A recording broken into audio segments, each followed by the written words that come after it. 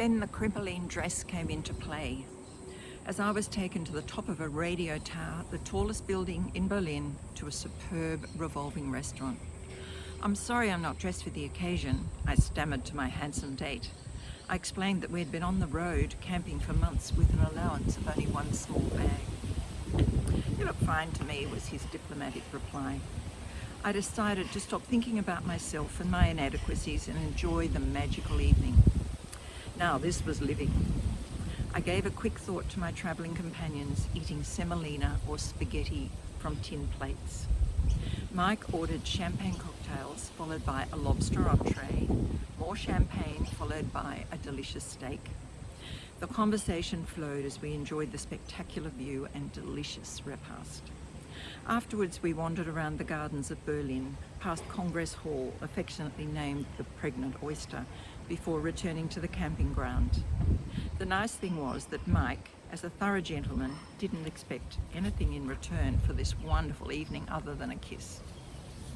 The thought crossed my mind that he may be married or committed to someone. If that was the case, he had been truly loyal and ethical. I felt like Cinderella as I shed my crinoline, rolled it back into the bottom of my bag to be relegated to memory. I slipped off my scruffy shoes, knowing a handsome prince wasn't going to come looking for me. What a wonderful night. Thank you, Mike.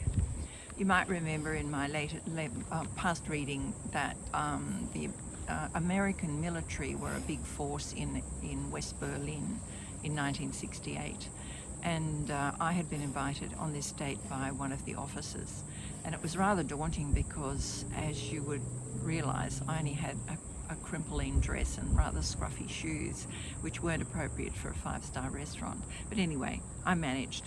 But along the way at the camping grounds, we soon realised that local eligible men would come to the camping ground to meet women. And we had some amazing dates through this, and we were never in a compromising position. I suppose mainly because we worked in a pack. So we were Innocent Nurses Abroad.